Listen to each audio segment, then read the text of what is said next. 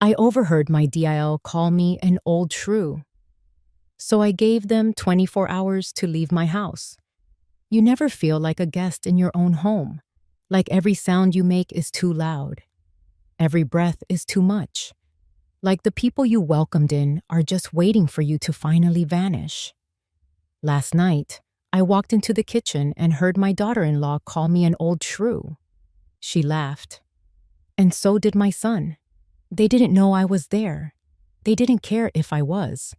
They said I was losing my mind, that soon this house would be theirs, that I wouldn't even remember giving it away. But what they forgot is that I still remember everything, and this house still remembers me. I didn't shout.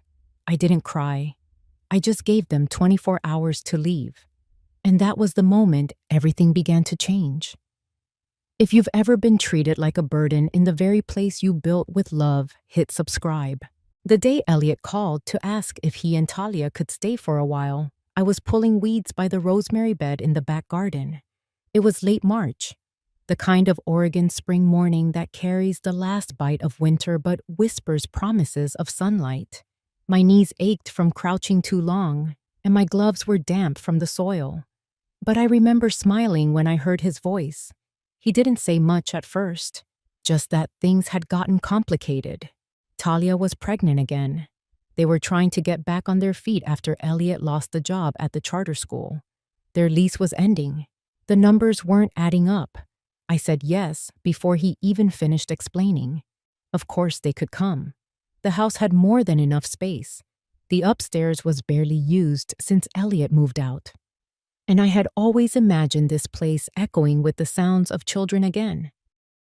They arrived 3 days later in a gray Honda stuffed to the roof. Talia stepped out first, her belly gently rounded under a soft wool sweater and a calm, calculated smile on her face.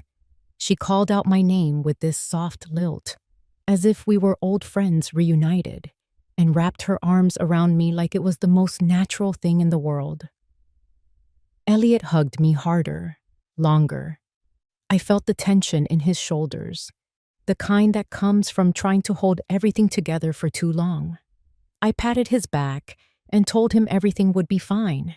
He nodded, but didn't say much. We settled them into the upstairs guest suite, the one with the skylight that looks out toward the Pine Ridge. I brought out extra linens, reorganized the hall closet, and even cleared out my old filing cabinet so they could have room for baby things. For a few weeks, it was almost lovely. Talia made herbal tea in the mornings and offered to cook dinner on Tuesdays and Thursdays. She complimented my gardening, told me I looked much younger than 75, asked me questions about the books in the den. She had a way of speaking that always felt measured, almost rehearsed. But at the time, I mistook it for charm. Elliot helped with yard work on weekends. He trimmed the wisteria and even tried to fix the screen door that had been hanging loose since the last storm. Jude, their 6-year-old, took to me right away.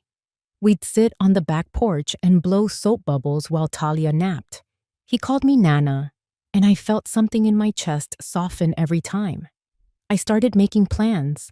I dug up the old rocking chair from storage and placed it in the corner of the sunroom. I ordered a baby blanket set online and signed up for a class at the community center on infant CPR. There was laughter in the house again, the kind that echoed through the kitchen while we prepared dinner. Jude's giggles as he plays with the old wooden train set Elliot used to love. For a brief moment, it almost felt like those years after my husband passed weren't so heavy anymore. But small things began to shift. Like furniture slowly nudged out of place, Talia started rearranging the pantry, then the living room. She told me it was for better energy flow. She was into something called space healing. I smiled and stepped aside. She began taking over the grocery lists, then the cooking. Then she started labeling the cabinets. Again, I smiled. It was easier. I told myself it was her way of nesting, that maybe this was a good thing. A young woman preparing her home, even if it wasn't hers. Then came the dinners I didn't realize I wasn't invited to. I'd come downstairs to find the three of them eating in the backyard under string lights they had hung without asking. Jude once told me that Talia said quiet time was important, especially for pregnant women. One night, I found the tea cabinet reorganized, all my favorites pushed to the back, replaced with rows of wellness blends and tinctures. I laughed it off, told myself it was just a new generation doing things differently. But when Talia suggested I start using the back entrance so the front door didn't get muddy, I paused. Just a few weeks earlier, I had stood at that very door, arms wide open, welcoming them in. I had given them space, safety, and a home. Now I found myself quietly adjusting to requests that didn't feel like requests at all. Still, I wanted to believe in them, in Elliot, in the idea of family coming back together. I reminded myself that sharing space meant learning to compromise. Maybe I was just too used to being alone. Even Daisy, my old friend from the food bank, noticed I was tired more often. She raised an eyebrow when I told her Talia was managing the finances for now, just temporarily, because it helped her feel secure during pregnancy. "You were the one who raised him alone after Richard passed," Daisy had said, pouring me a cup of weak coffee. "Just don't let anyone manage you in your own house." I laughed, shrugged it off, told her not to worry, because at that point, I still believed my door had always been open for love. I just didn't realize how quickly love could move in, make itself comfortable, and start pushing me out of my own home. I didn't know then that kindness, when mistaken for weakness, becomes a welcome mat for betrayal. And I definitely didn't know that everything would change the moment I heard what they said in that kitchen. But for now, I still believed we were a family, and I was trying so hard to believe that was enough. The first time I noticed something was off, it was the hallway rug. It used to run straight down the center, perfectly aligned with the front door. I had placed it there 20 years ago and never saw a reason to change it. But one morning, it was shifted a few inches to the left. I adjusted it without thinking. Later that afternoon, it was crooked again. The second time, it was the thermostat. I'd always kept the house at 68 degrees, comfortable enough to move around, not too dry for my joints. I came back from the garden and saw it was set to 72. I turned it back. The next morning, 74. No one said anything.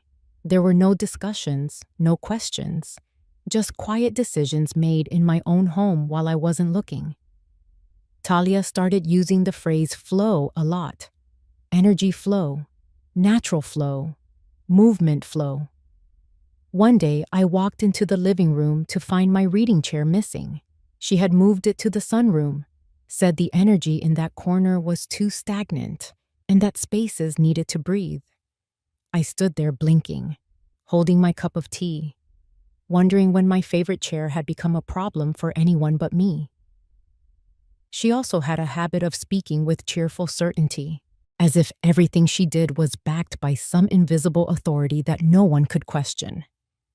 Elliot, for the most part, stayed quiet. He smiled when she spoke, nodded along. Sometimes he'd look over at me with that hesitant expression like he wanted to say something but wasn't sure how. Then came the jars. Mason jars. Dozens of them. Started appearing in the pantry, labeled with her slanted handwriting. Turmeric blend. Gut harmony. Brain mood. They sat beside my flour, my sugar, the dried beans I always kept for soup. My pantry has become a wellness shelf, and my labels were pushed to the back. At the time, I told myself these were all small things. Preferences. A young woman trying to feel at home during a difficult time. I tried to be generous. She was pregnant, after all. She needed comfort. But it didn't stop there. The music in the mornings changed. I used to start the day with quiet classical radio. But one morning, I walked into the kitchen to find her playing ambient flutes and wind chimes from her phone speaker. She said it helped align the baby's spirit with the sunrise. The scent of the house shifted too. Gone was the smell of fresh coffee and lavender oil I used to diffuse. Instead, the air was heavy with sage and something metallic I couldn't name. One night, I heard her humming softly in the living room. When I peeked in, she was walking barefoot in slow circles, waving a bundle of dried herbs through the air. Jude sat cross-legged on the carpet, copying her movements. I didn't say anything. I just stood quietly in the hallway, watching. Another time, I opened the fridge and found 3 of my soups dumped in the trash. In their place were glass containers of soaked seeds and fermented greens. She said my cooking lacked vibrancy and that gut inflammation could affect emotional memory. Then she offered to make me a cleanse plan, said she had studied holistic gut-brain alignment for mothers and elders. I told her I preferred my own recipes. She smiled and said, "Of course." But the next day, my spice rack had been rearranged. Around this time, Jude stopped coming into my room to read at night. He used to love crawling under the quilt, asking me to read the same book 3 times over. Now he'd peek in, wave, and disappear down the hallway. I asked Elliot about it once, in the backyard while he was trimming the hedge. He paused, clipped too close to the bark, and said maybe Jude needed more structure these days. Said Talia had read something about boundaries being essential for child development. I nodded, though something in my chest pulled tight. And then, one afternoon, I came home from the library to find the bookshelf in the hallway gone.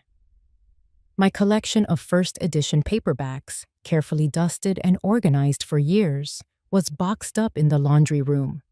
Talia had replaced it with an altar of sorts, a low wooden table with 3 stones stacked on top, a candle, and a bowl of dried herbs. Above it hung a framed quote about vibrational frequencies and higher paths. When I asked her what happened to my books, she said they were still safe, just relocated for better airflow. She said she was cultivating a peace corner and that clutter often held stagnant emotional weight. Clutter. That word settled in my stomach like spoiled milk. By this point, I stopped offering my opinion. I stopped asking. Instead, I began observing. Every change came in silence. No requests, no permission. Just adjustments, replacements, and the subtle framing that all of it was for my benefit. Talia had a way of speaking to me like I was fragile, like I needed her guidance, her grounding. She'd pat my shoulder when I left a cupboard open, tell me not to worry when I forgot where I placed the scissors, remind me that memory slips were natural at my age. I started writing things down, little things. When I opened the fridge, I left my keys. What day the trash went out. Because deep down, I could feel the shift wasn't just about furniture or food. It was about space, presence, power. And for the first time since they moved in, I began to wonder if I was still the one living in my house or if I had already become the guest. The moment it shifted from strange to cruel happened on a Thursday. I was sitting in the laundry room, folding towels, when I heard footsteps upstairs. Jude had been sick the night before, and I'd left a warm towel by his bed earlier that morning. The boy had barely spoken to me all week, but I still checked on him. As I folded, I heard voices through the ceiling vent. Our house was old, and sound carried oddly between rooms. That vent above the dryer had always brought whispers from the upstairs hallway. Most of the time, it was vague mumbling, but that afternoon, the words were sharp. She called me an old shrew, not quietly, not under her breath. Talia's voice was crisp. The old shrew had no clue, she said, and then she laughed, a short, dry laugh. Then Elliot's voice, lower but not soft. He said I would forget soon enough, that I was already slipping. I sat there, hands paused mid-fold, holding a dish towel I had owned since the year Jude was born. My heart didn't race. It didn't break. It just sank, like an anchor finally giving in to the pull. They kept talking. Talia said it was almost time, that once the baby arrived, they'd have to make things official. Elliot murmured something about the deed, about consolidating, about mental stability. Then she asked him if he had found the old will. He said not yet. But that didn't matter. The house was practically theirs already. That sentence did something to me. Practically theirs. I looked around the laundry room, the shelves I built myself, the paint color I chose to brighten the corners, the window I fixed after the storm in 2014. I had touched every inch of this house with my own 2 hands. And now I was listening to my son talk about it like it was already behind me. They spoke in the language of inheritance before I was even gone. That evening, I made dinner as usual. Roasted chicken, carrots, and rosemary from the garden. Talia didn't come downstairs. Elliot ate half his plate in silence, then carried his fork to the sink without finishing. Jude sat across from me, his head low. I tried to catch his eye. He didn't look up. When he reached for the bread, his hand bumped the butter dish and knocked it to the floor. I bent down to grab it. And when I came back up, I saw something flicker in his eyes. Not fear, not guilt, something closer to pity. The kind of look you give someone who doesn't understand they're being left behind. That night, I couldn't sleep. The wind knocked softly at the window, and the floorboards creaked like they always had. But for the first time, the house didn't feel like it belonged to me. It felt like I was haunting it. The next morning, I pulled out the deed from the lockbox under my bed. It was still there. My name, my signature, my late husband's handwriting, everything still in place. I made a copy and tucked it into my knitting basket, not because I thought they would steal it, but because I had started to believe they already saw me as a ghost. That week, I noticed the medicine cabinet had changed. The supplements I took each morning had been swapped. My vitamin D was replaced with something called Memory Clarity. The labels were neat, a soft purple font. When I asked Elliot if he'd seen my original bottles, he said Talia had read new research and wanted me to try something different. He said it kindly, too kindly, like a nurse soothing a patient.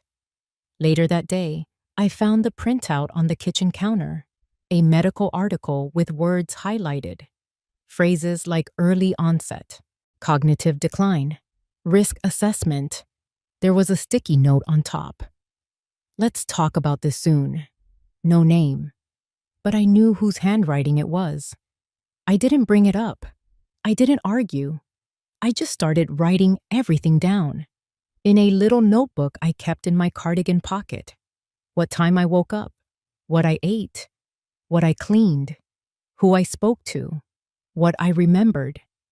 I wrote about the butter dish, the conversation through the vent, the missing vitamins. I dated every page. I signed each one. They wanted a case for my decline. I would give them a record of my clarity. And then came the night I found Talia in my bedroom. I had gone out to the garden to cover the basil before the cold snap. When I came back inside, the upstairs hallway was dark except for a sliver of light coming from under my door. I stepped in quietly. Talia was standing by my dresser, holding the photo album I kept from my college years. She was flipping through it slowly, her lips pressed in a line. When she saw me, she didn't jump. She didn't apologize. She smiled, told me she was just checking on something, said she had heard a noise. The album was still open in her hands. I reached out and took it from her. My hand didn't shake. Her smile didn't either. But at that moment, something between us cracked. Not loudly, not like thunder, but quiet, like a seam coming loose. She left the room with a soft goodbye, and I stood there, staring at the open page. A photo of me in a yellow dress, barefoot on a lake dock, 19 years old, laughing. I ran my hand over the image. Not a ghost, not a burden. Me, still here, still watching, still remembering. And from that night on, I stopped hoping they would love me again. I started planning for the day I would ask them to leave. The morning after I found Talia in my room, I brewed my coffee slower than usual. The windows were still dark with dew, and the house held that heavy silence that comes before something breaks. I sat at the kitchen table with my notebook, the same one I had started weeks earlier. I logged the time. 6:37 a.m. I wrote about the way Talia had stood near my dresser. The way she didn't flinch. The way her smile held nothing behind it. I didn't hear anyone come down the stairs until just before 8. Jude entered first, rubbing his eyes, dragging his feet. I poured him a glass of milk and asked how he was feeling. He shrugged and mumbled something before climbing onto the stool. Then Elliot came in. He kissed the top of Jude's head and nodded at me. Just a nod. No good morning. No mention of what I might have heard the night before. I waited. I waited for a glance that said he knew. I waited for a word, a question, even a poor excuse. But nothing came. Talia didn't appear until nearly 10. She floated into the kitchen with one hand on her belly and the other holding a glass of green liquid. She smiled at me like nothing had happened, complimented the lavender in the windowsill planter, told Jude to go brush his teeth. Then she turned to me and said, softly, that she'd like to start taking over the weekly budgeting, said it would help ease my load. I stared at her for a long moment. I didn't raise my voice. I didn't protest. I simply said that I preferred to handle the finances myself. She tilted her head like she was studying something fragile, then nodded, said she understood, and that was it. But from that day on, she stopped asking. She began doing things quietly, behind doors, with the certainty of someone who no longer believed she had to ask permission. A few days later, the bank called. A routine check, the woman said, just confirming a recent request to change the mailing address on my account. My heart dropped. I told her no such request had been made.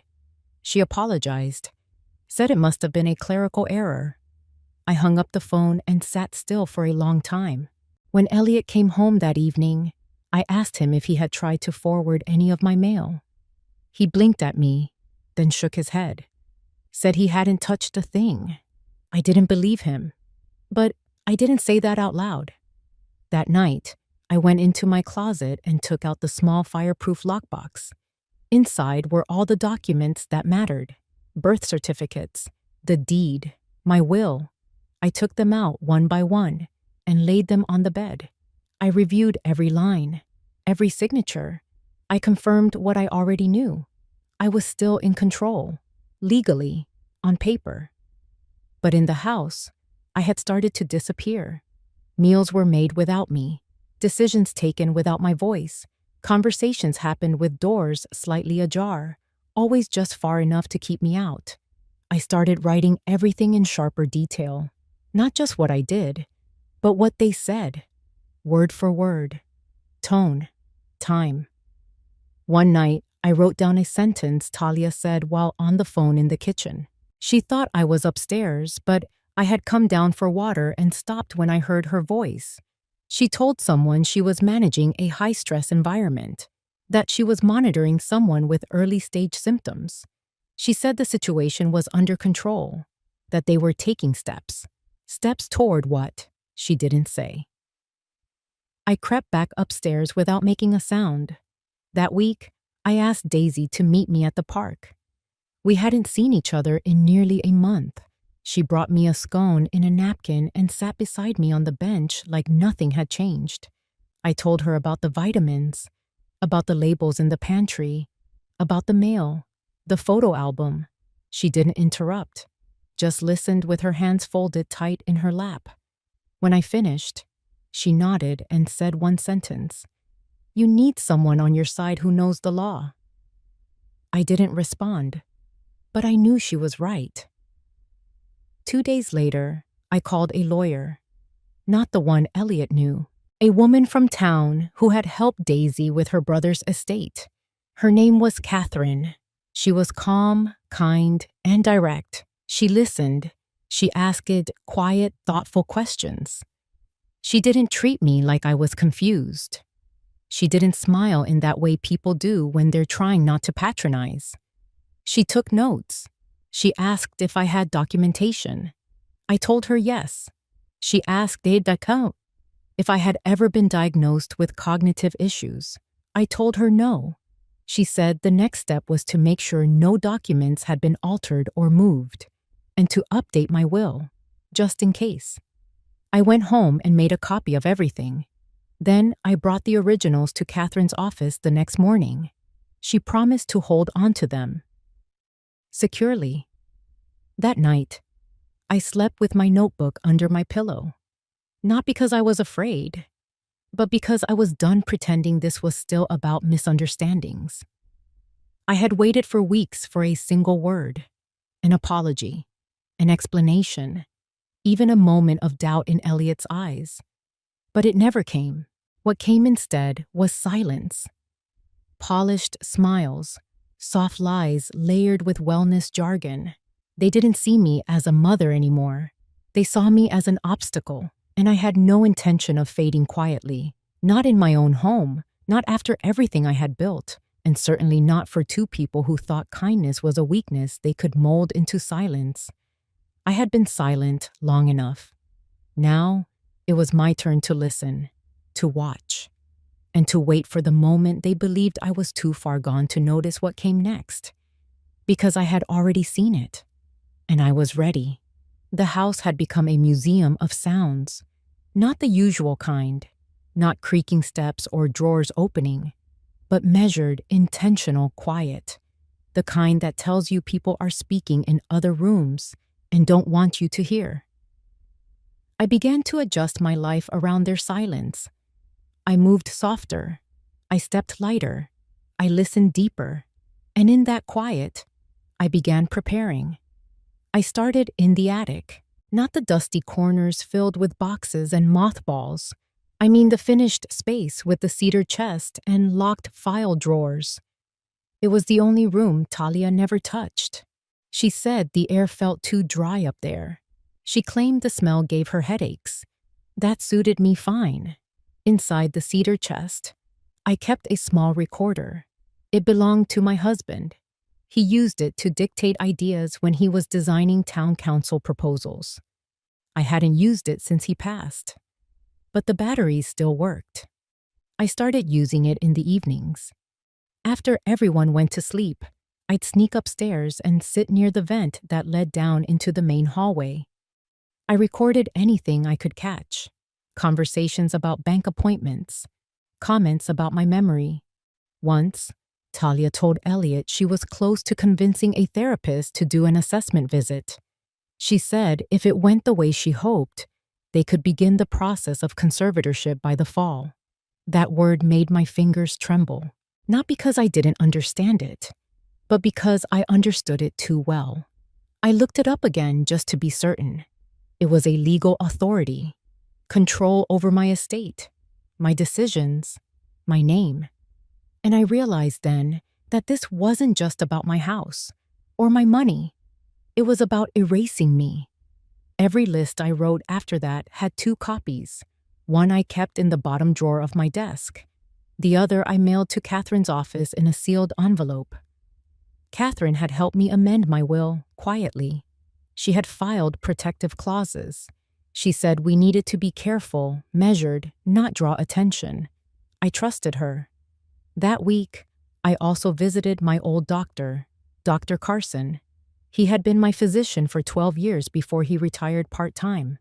I scheduled a private consultation and asked for a cognitive evaluation. He laughed softly at first, thinking I was making a joke. But when he saw my face, he grew quiet. He ran the full panel: memory, reasoning, orientation, reaction. After an hour, he looked me in the eye and said there was no clinical sign of decline. None. He signed a letter confirming it. I made 6 copies. One went straight to Catherine. I didn't confront Elliot or Talia. I didn't change my routine. But now, every word they spoke around me carried a different weight. When Elliot suggested I take a break from grocery shopping, I smiled and agreed. When Talia offered to manage my prescriptions online, I thanked her and said that was generous. And at night, I recorded my voice, my thoughts, my plans. I spoke into the recorder like it was the only person in the world still listening. One evening, I overheard something that made my jaw clench. Elliot was on the phone. He thought I was outside watering the garden, but I was at the kitchen window. He was talking to a real estate agent. He asked about listing a home without alerting the co-owner. He asked if power of attorney could override occupancy rights. He said, and I remember this exactly, that I wouldn't be an issue much longer. The agent's voice was muffled, but Elliot said he'd call back when things were settled. That night, I didn't sleep at all. Instead, I wrote a letter to Jude. Not a dramatic one, not a farewell, just a simple letter from a grandmother to her grandson. I told him that if he ever felt confused, if things around him stopped making sense, he should look in the cedar chest. I gave him the combination. I tucked the letter into the back pocket of one of his old books and placed it on the second shelf in the sunroom. He hadn't read with me in weeks, but I hoped he'd come back to it one day. Then I called Catherine and asked her to set a formal meeting. In person. No delays. We met in her office the following Tuesday. I brought my documents, the recording, the new letters. We made a plan. I wouldn't act yet. That would come later, but we would prepare legal protections that could be triggered the moment they tried to take anything. My house, my name, my choices. When I left Catherine's office, I felt something I hadn't felt in months. Stillness. Not the stillness of being ignored or erased, but the stillness of someone waiting with purpose. When I returned home, Talia was on the phone again. She was pacing the kitchen. She paused when she saw me, then smiled. She asked if I'd like some tea. I said yes, and as she turned her back to the stove, I stood behind her for a second longer than necessary, watching her. She poured the water, stirred the herbs, gave me the cup with both hands. I took it, sat down, sipped it once, and I thought to myself, you may think I'm fading, you may think I've gone soft, but I am watching every move, and I am not done yet, not by a long stretch. By mid-April, the camellias had bloomed along the south wall of the house. I had planted them after my husband passed, during a spring that was colder than usual. I remember kneeling in the dirt, hands shaking, heart hollow. But those flowers had rooted strong, and they came back every year without fail. That morning, I stood by them with shears in hand, trimming a few blooms for the kitchen table. The sun felt warm on my shoulders. Birds stirred in the oaks. For a moment, everything looked as it should. But nothing felt right anymore. Inside the house, Talia was in the office. I had watched her from the hallway, hunched over my desk like it was hers. She kept a manila folder by her side, the one she never left unattended. Elliot had begun sleeping downstairs again, claiming back pain, though I knew it was just an excuse to leave our shared bedroom without questions. I didn't press. I didn't confront. I collected. The recordings in the attic had grown longer. Their voices are more confident. 2 days ago, I captured Talia talking to a social worker on speakerphone. She said I was becoming unpredictable, that I'd misplaced items, repeated myself. She used phrases like behavioral drift and personality shift. She was building a case. I saw it clear as glass, but I wasn't helpless. Catherine had called that morning. She had filed the notarized update to my will. The deed was untouched. The legal backup was ready. We just needed timing and proof. I had asked Daisy, quietly, if she knew anyone who worked in the public records office. She did. A woman named Claire who volunteered at the food bank with us. Daisy invited her for tea without explaining why. I kept the conversation casual, but I asked one thing: whether it was possible to track if someone had filed an initial petition for conservatorship without serving notice yet. Claire hesitated, but said yes. If someone filed a preliminary inquiry with the intent to declare mental incompetence, the record would exist. That evening, she called Daisy. It was there, filed under my name, Elliot's signature. They hadn't told me, hadn't served papers, but the process had begun. I didn't cry. I didn't shake. I made soup for dinner. I set the table. I smiled when Jude came in from soccer practice, his knees muddy and his cheeks pink. After dinner, I folded laundry while Elliot sat in the den, watching the news. Talia was in the upstairs hallway, humming. I slipped outside and placed a small envelope beneath Daisy's welcome mat. It held a flash drive with the latest recordings and a second letter. I didn't plan to involve Jude. He was too young. But I left a note in my cedar chest, just in case, tucked beneath the old quilt from my mother's house. At 11 p.m., I heard them whispering through the vent. She said the paperwork was almost ready. He said the therapist was scheduled to visit next week. I wrote down every word. Then I opened the bottom drawer of my writing desk and removed a folder I hadn't touched in 6 years. Inside were photos of the house in its original state, back when we bought it in 1984. Water damage, foundation cracks, the first repair bills, the inspection notes. I kept them because no one else remembered what the house had been, how it had looked before we rebuilt it. I also kept every property tax bill, every receipt from the contractor I hired to redo the roof, the loan payment confirmation from when I took out a second mortgage to help Elliot open his first business. Everything. Not because I thought I'd need it, but because I never let anyone tell me I hadn't paid for something. They could say what they wanted about my memory, but I knew what I had done. By the end of that week, I had scanned every document and sent copies to Catherine. She called and told me, in her calm, clipped tone, that what I had would hold in court, that if they moved forward with the petition, we would challenge it, that she would represent me without hesitation. I thanked her and said I hoped we wouldn't need to, but I no longer hoped blindly. I hoped strategically.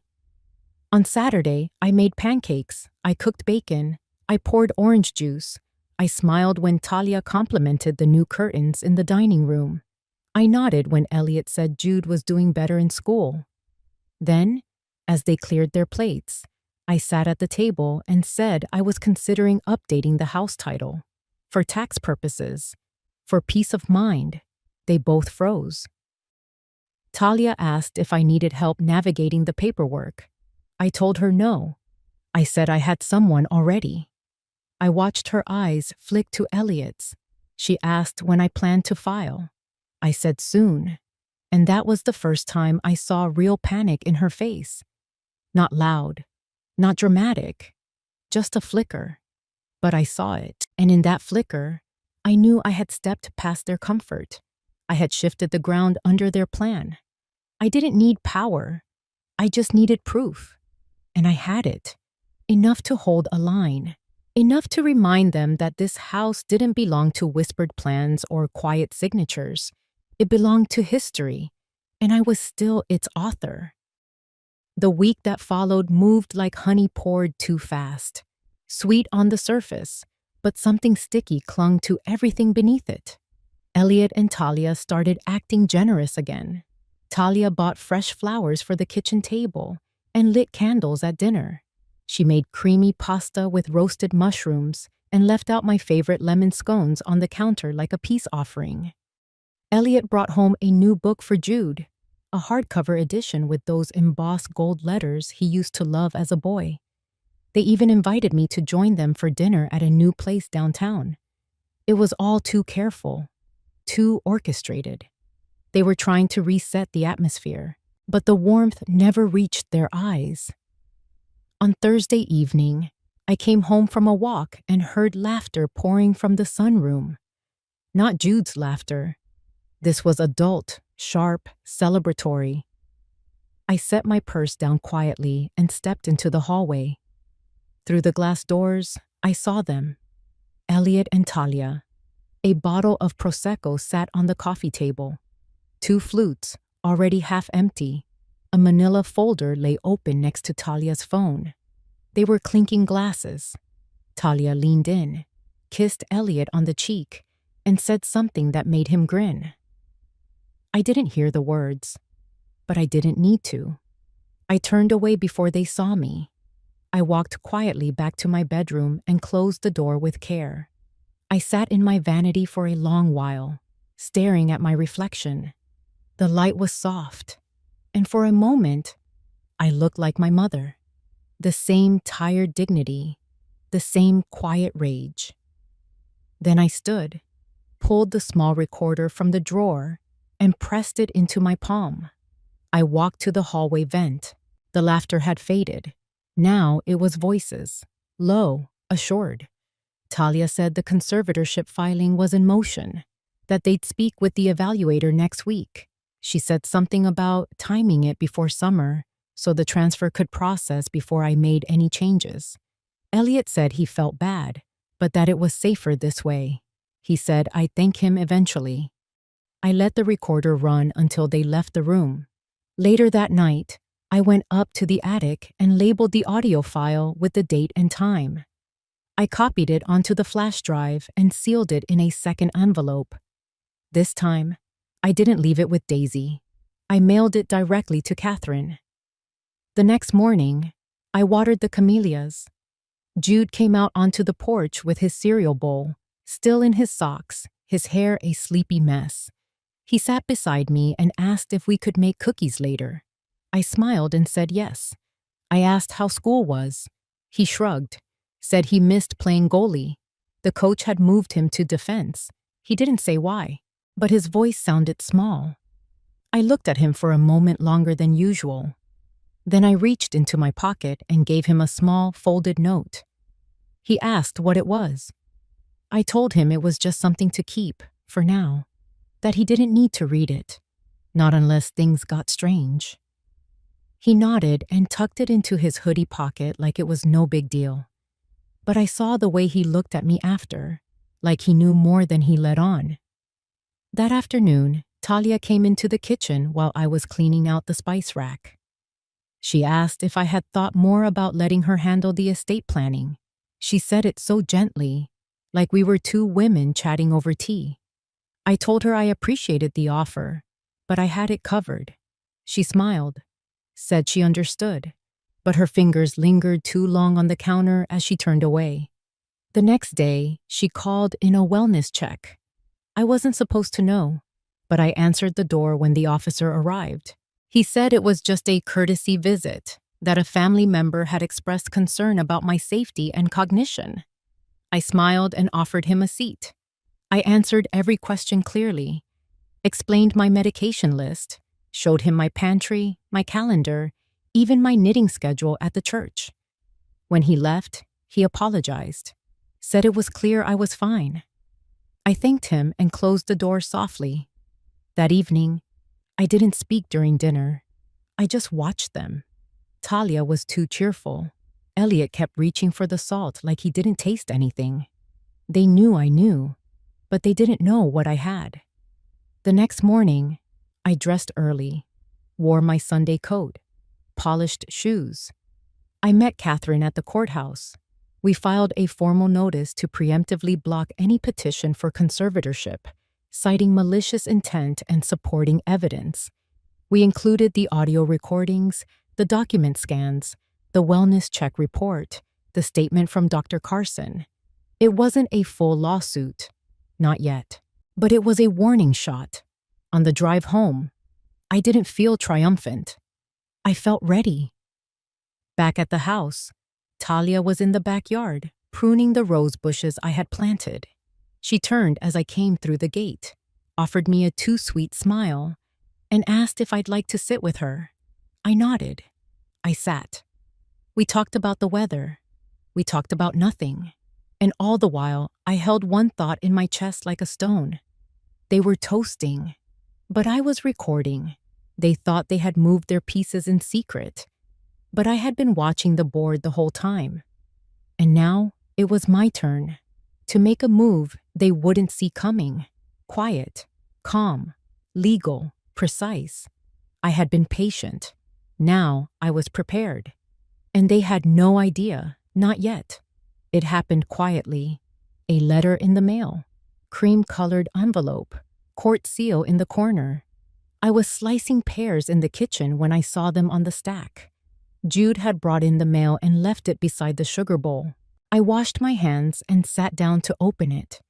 It was addressed to Elliot, but I knew what it was. An official response. A notice of legal hold, filed by Catherine, approved by the judge.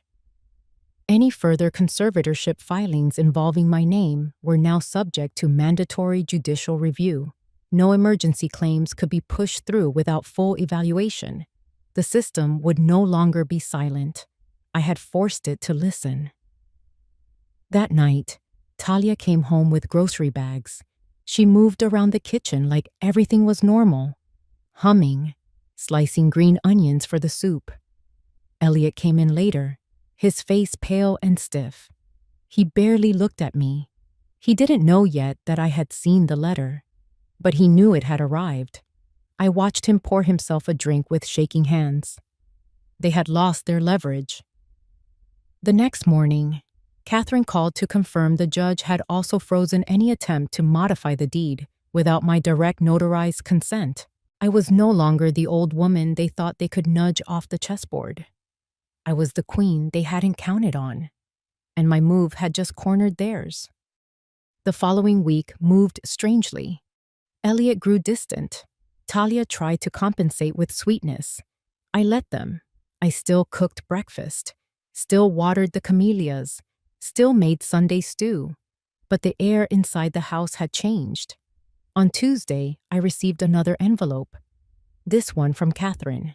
Inside was a transcript, a copy of Talia's original wellness report submission. She had exaggerated symptoms, claimed I'd lost track of time, said I forgot names, burned food. She described my home as cluttered, unsafe. I walked into the living room and looked around. Everything was spotless. My books were in place. The candles were trimmed. The carpet vacuumed. I took the transcript and placed it inside a folder marked Final. I wasn't keeping score. I was keeping a record. That weekend, I invited Daisy over for coffee. We sat on the back porch, sun warm on our hands, steam curling up from our cups. I told her everything, not because I needed her advice, but because silence had become too heavy. She didn't interrupt. She just nodded. Eyes narrowed the way they did when she listened with her whole body.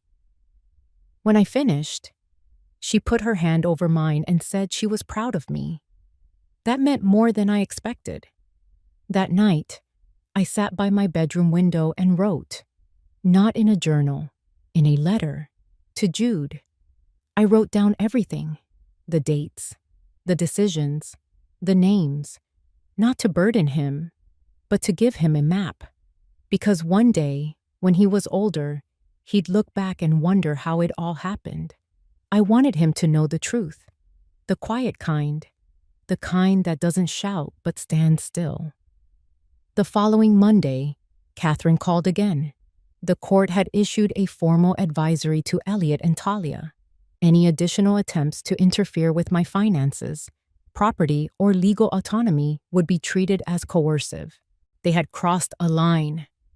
And now, the law was on my side. Not out of pity, out of proof. Elliot left for work without speaking. Talia stayed home, claiming a migraine. I went about my day. I cleaned the guest room, rearranged the pantry. I even repainted the edge of the porch where the wood had chipped. Every task felt like reclaiming inches of space. That evening, they sat in the living room without saying much. The television played, but no one watched. The silence was louder than anything else. Then, around 9, Talia stood. She asked if we could talk. I followed her into the dining room. She sat across from me. Her eyes were red-rimmed, but I couldn't tell if it was sadness or anger. She said she was sorry if I had misunderstood their intentions, that everything had been out of concern, that they only wanted to protect me. I looked at her for a long moment. Then I stood and fetched the court letter. I placed it gently on the table between us. I said nothing. She didn't touch it, just sat there, frozen. Finally, she stood and walked out of the room. No apology, no confession, just absence. The next morning, Elliot left before dawn. I heard the door close but didn't get up. When I finally came downstairs, there was a note on the counter. They had gone to stay at a friend's cabin for a few days, needed space. I folded the note and placed it in the same file as everything else. And then I made tea, sat in the sunroom, and exhaled. For the first time in weeks, my chest felt light. Not victorious, but solid. Because the court had spoken, and not in anger, but in clarity. They had tried to use silence as a weapon, but I used it as preparation. They had moved in the shadows. I had moved with light. And now, their plans no longer hold power here. The papers had said it plainly. I was competent. I was protected. I was still the owner of this house, not just by name, but by history, by truth, by blood and bone and camellias in the yard. I closed my eyes and listened to the breeze through the window screen. And for the first time, I let the stillness stay. The house was quiet for 3 days. No footsteps overhead. No second car in the driveway. No Talia humming in the kitchen. No Elliot adjusting the thermostat like he always did when the mornings ran cold. Just me and Jude. And even Jude had started keeping to himself more. He'd come home from school, set his backpack down, and head straight to the backyard swing, the one under the sycamore tree. He didn't ask for cookies or cartoons, just sat there, gently pushing off the dirt with the tips of his sneakers. I let him. Some wounds in children aren't loud. They sit just under the skin, waiting for the house to stop pretending. On the 4th morning, the phone rang. Not my cell, the landline. I hadn't heard that sound in weeks. It came from the hallway, the corded phone still mounted on the wall like a relic from the past. I picked it up. Elliot's voice. Flat. He said they were coming by that evening, just to talk. He didn't say more, didn't ask how I was, didn't mention Jude. I told him dinner would be at 6. That was all. I hung up and stared at the receiver in my hand. The plastic felt heavier than it used to. That afternoon, I cleaned the living room. Not because it needed it, but because I needed the motion. I wiped the glass on the photo frames, straightened the throw on the couch, lit one of the old lavender candles I had kept in the pantry for too long. By 5:30, I had Jude showered, fed, and tucked into his room with a book. At 6 sharp, their car pulled into the driveway. I opened the door before they knocked. Talia looked thinner, her skin pale, makeup softer than usual. Elliot looked like a man who had run out of stories to tell himself. We sat in the dining room, not the kitchen, not the porch. There was no soup this time, no coffee or cake, just 3 chairs, one truth. Elliot spoke first. He said they had reviewed everything, the court filings, the advisory notices, Catherine's formal documentation. He said they realized they had underestimated me, that they thought they were acting in my best interest. I didn't interrupt. Talia stared at the tablecloth, picked at a thread like it held all the answers. Then she looked up. Her voice was quieter than I'd ever heard. She said they were sorry, not for everything, but for assuming I couldn't handle things anymore. She said they were scared. Scared of losing control. Scared of responsibility. Scared of becoming me one day. That last part caught me. Because it was honest, brutally so. I let the silence stretch. Let it weigh on all of us. Then I stood and left the room. Came back with 2 folders, one for each of them. Inside were the final notices, legal acknowledgments, confirmations of the court's stance. But more than that, copies of letters I had written. One for Elliot, one for Talia. Not threats, not warnings, just truths.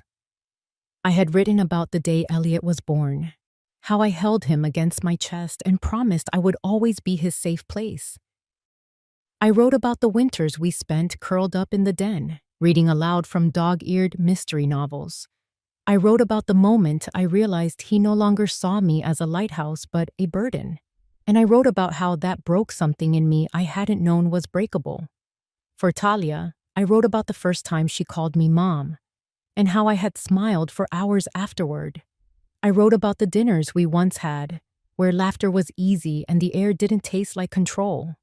I wrote about the sting of hearing her call me an old shrew, not because it hurt my pride, but because she said it with such ease, like I was already gone. When they finished reading, neither spoke. They didn't need to. I stood and said what needed saying.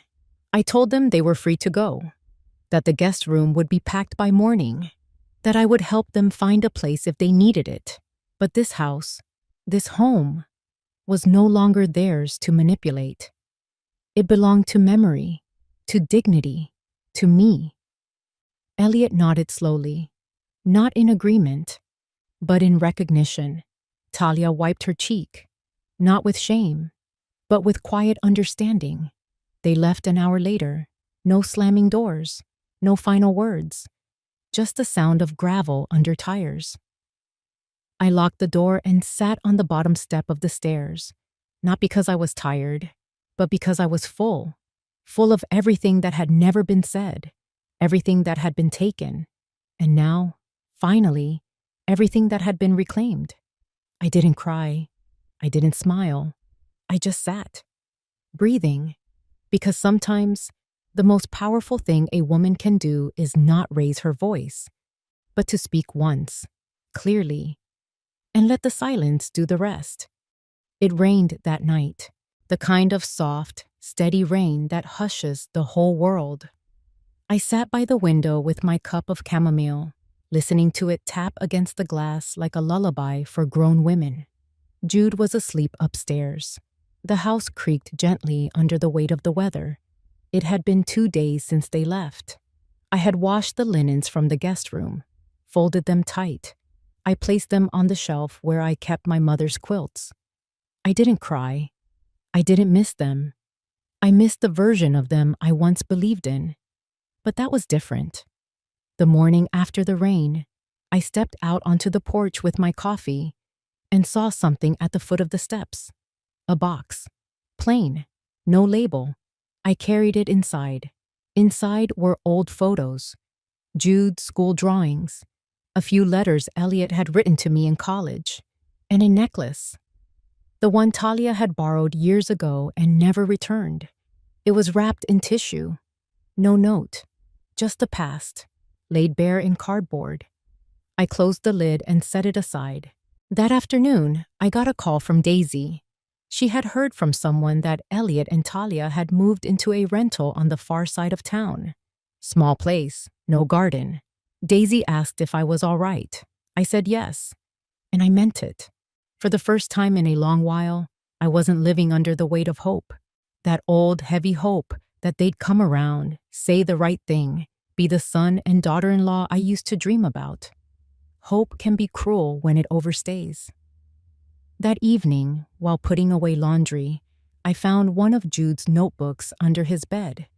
Inside, he had drawn the house, our house, me standing in front, holding a watering can, him on the porch, waving. There were no other people in the drawing. No Elliot, no Talia, just the 2 of us. And flowers, camellias. The next morning, he asked if he could sleep in my room that night. I said yes, not because he was scared, but because I think he needed to be near something that wasn't pretending.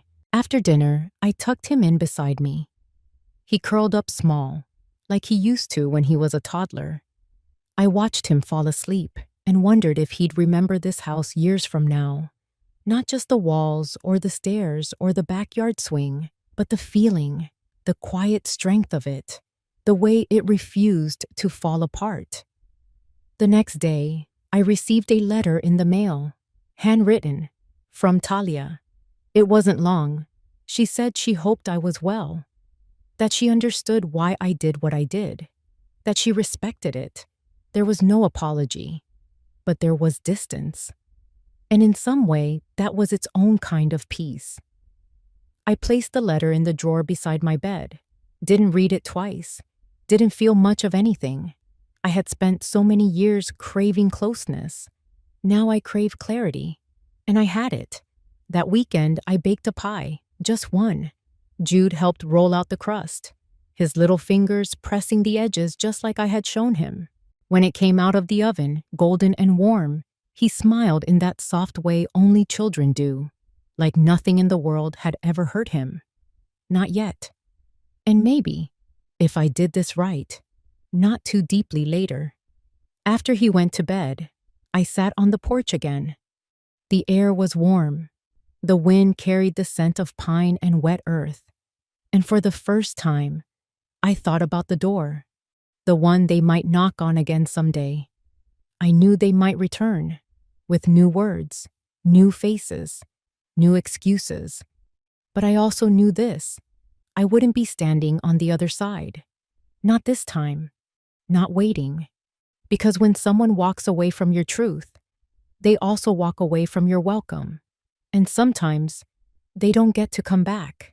Not because you stopped loving them, but because you started loving yourself more. That night, I closed every curtain, turned off every light, and slept with both eyes closed for the first time in weeks. Not afraid, not alert, just still. The door was shut, and no one stood waiting at it anymore. I kept the letter from Talia folded in the drawer next to my bed. Not because it mattered, but because it didn't. There was something final about leaving it untouched, a kind of quiet punctuation to a sentence I no longer needed to read again. The house was quiet again, not empty, just quiet. And that quiet had become its own kind of companionship. Jude had started humming when he drew, little half-songs that filled the corners of the living room like sunlight. We planted chrysanthemums by the fence. I told him they were stubborn flowers, blooming right as everything else died. He liked that. The legal parts settled one by one. I closed the joint bank account. A certified letter arrived from Elliot's lawyer, stating he would no longer pursue any rights over the house. I read it once, then placed it beside the letter from Talia. Sometimes closure doesn't arrive with tears. Sometimes it comes in the form of a signature. That afternoon, I opened my closet and pulled out the deep green coat I hadn't worn in years. It still fits. I wore it to the market. The cashier, a young girl with pink hair and kind eyes, complimented the color, said it made me look strong. I told her I was, and I meant it. That evening, I cleaned out the old closet at the back of the house.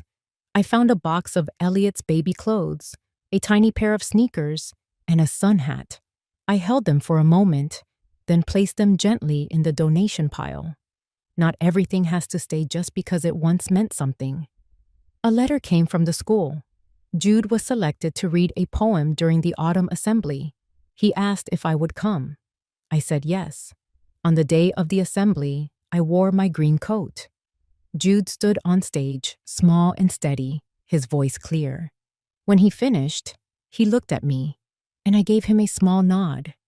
Not too big, just enough to say I saw him. I always did. That night, Jude brought me a drawing. It was the two of us again, but this time, there were roots under the house, big ones, like trees, holding the whole thing in place. He told me it was our safe place, the one that couldn't be taken. Later, after he was asleep, I sat in the living room. No television, no noise, just the steady rhythm of the clock on the wall. I thought about everything they tried to take: the house, the money, the memory. But I still had this chair, this light, this life. I didn't need a courtroom to declare me right. I just needed to stand here, in my own home, knowing I had not disappeared. Peace isn't always loud. Sometimes, it's just the sound of nothing missing. I went to bed without checking the locks, without waking at 2 a.m., listening for a car engine or whispering guilt. I pulled the quilt up to my chin, listening to the wind, and I said, out loud, to no one in particular, "They will not write the last line of my story. I will." If you've ever been made to feel like a guest in your own life, if you've had your truth rewritten by someone else's comfort, and if, like me, you've ever found the strength to quietly reclaim what's yours, then you understand. Subscribe if you believe dignity should never be negotiable. Subscribe if you know what it means to walk away, not to punish, but to preserve yourself. And above all, stay for the stories that remind us it's never too late to be seen again.